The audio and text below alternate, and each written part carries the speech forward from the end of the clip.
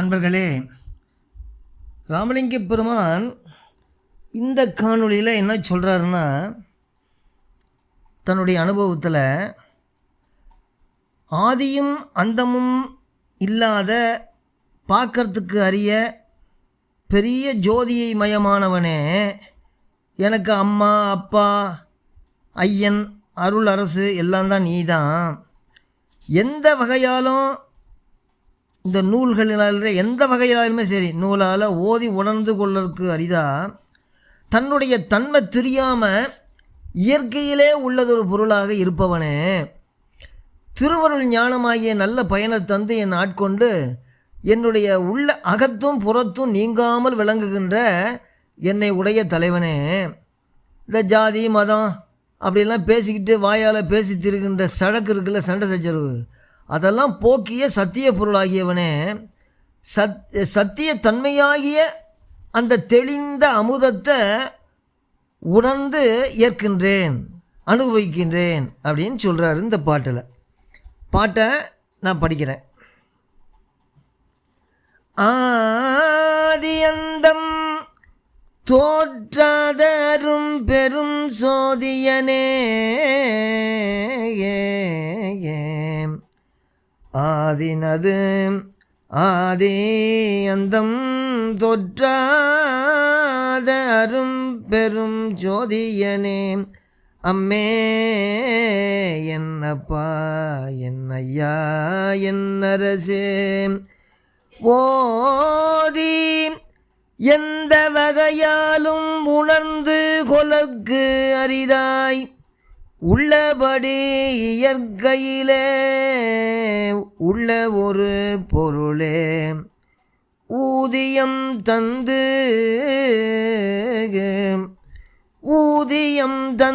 என்னை ஆட்கொண்டு உள் இடத்தும் புறத்தும்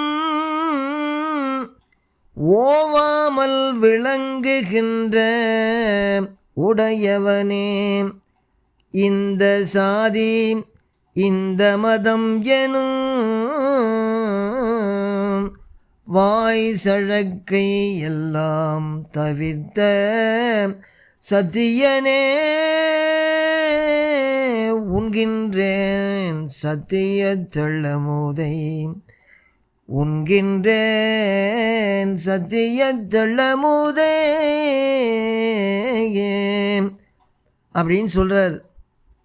என்னன்னா, ஆதியும் அந்தமும் இல்லாத அரும்பெரும் ஜோதியேனேங்கிறான்னா, ஆதி நடு அந்தமிலா அளவில் ஜோதி அருள் ஞானமூர்த்தியாய் அகிலம் ஈன்ற மாதினையும் உருவாகத் தடக்கி வானோர் மகட சூடாமணியாய் வையம் போற்ற பாதிமதியணி பவளச் சடைகள் தாழ படர் ஒளி அம்பலத்து ஆடும் பரணார் அப்படின்னு சைவ சமயத்தில் ஒரு பாட்டு வரும். அப்போ தோன்றி நின்று அழியக்கூடியவன் அல்ல நம்மளை மாதிரி. அவன் ஆதியும் கிடையாது அந்தமும் கிடையாது, திருவருளையே உடைய பெரிய ஜோதி. அதுதான் ஆதியந்தம் தோற்றாதன்னா இல்லாதேன்னு அர்த்தம்.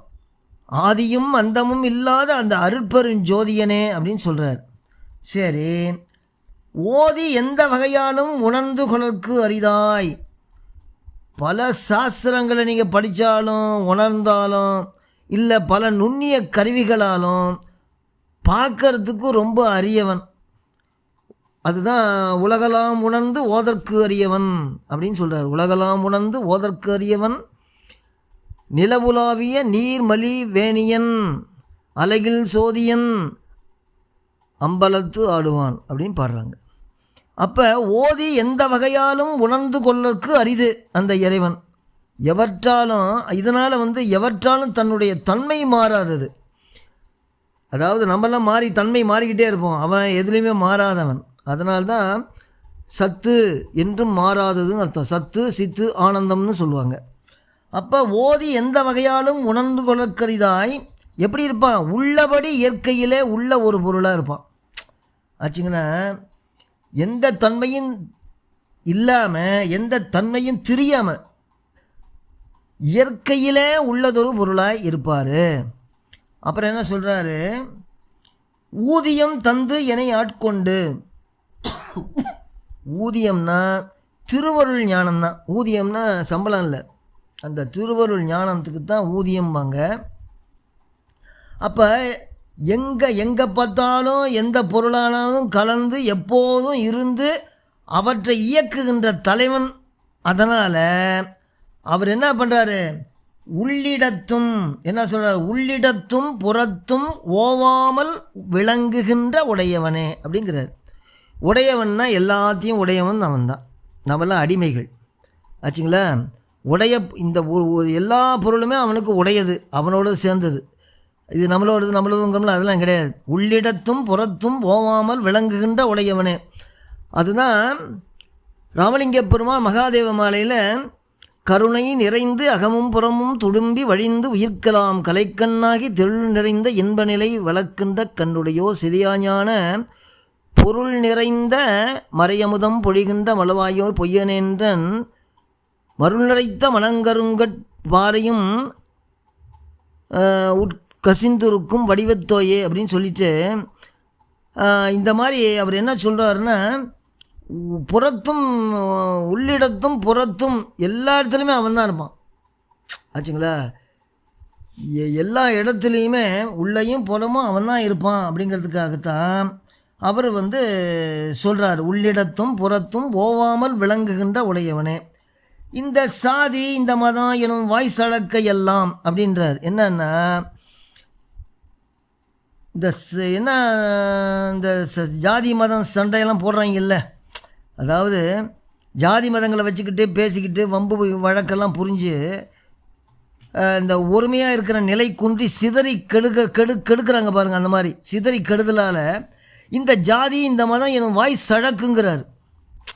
அப்போ இதெல்லாம் கெட்டு போகிறது தானே, நிலையின்றி கெடும் இல்லையா. அப்போ இந்த திருவருள் எல்லாம் அதை செய்தல் தோன்ற சலக்கலாம் தவிர்த்த சத்தியனே, இந்த சண்டை சச்சரவெல்லாம் தவிர்த்த சத்தியனே அப்படின்னு சொல்லிட்டு இதை சத்திய தெள்ளமுதை உண்கின்றேன் அப்படின்னு சொல்கிறார். என்னது, சத்தியனே உண்கின்றேன் சத்திய தெள்ளமுதே, உண்கின்றேன் சத்திய தெள்ளமுதே அப்படின்னு சொல்கிறார். புரியுதுங்களா. அப்போ என்னன்னா, அந்த ஆதி அந்தமும் இல்லாத பார்ப்பதற்கு அறிய பெருஞ்சோதிமயமானவனே, எனக்கு அம்மா அப்பா ஐயன் அருளாகியவனு நீ தான். அப்புறம் பார்த்தீங்கன்னா எந்த வகையாலும் நீங்கள் அதாவது பல சாஸ்திரங்கள் படித்தாலும் உணர்ந்தாலும் பல நுண்ணிய கருவிகளாலும் அறிதற்கு ரொம்ப அரியவனாக இருக்கிறதுனால ஓதி எந்த வகையாலும் உணர்ந்து கொள்ளற்கு அரிது அப்படின்னு சொல்கிறார். அதை தான் பாட்டை இந்த மாதிரி பாடுறார். ஆதியந்தம் தொற்றாத அரும் பெரும் ஜோதியனே, அம்மே என்னப்பா என் ஐயா என் அரசே, ஓதி எந்த வகையாலும் உணர்ந்து கொளக்கரிதாய் உள்ளபடி அக்கையிலே உள்ள ஒரு பொருளே, ஊதியம் தந்து என்னை ஆட்கொண்டு உள்ளிடத்தும் புறத்தும்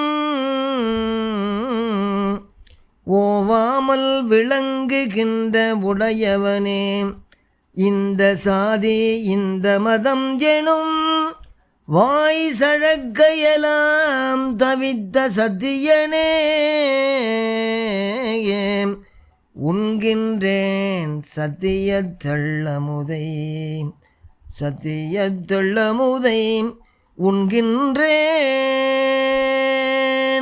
அப்படின்னு பாடி முடிக்கிறார். அடுத்த காணொளியில் இன்னொரு பாட்டும் அதோடைய பொருளும். வணக்கம்.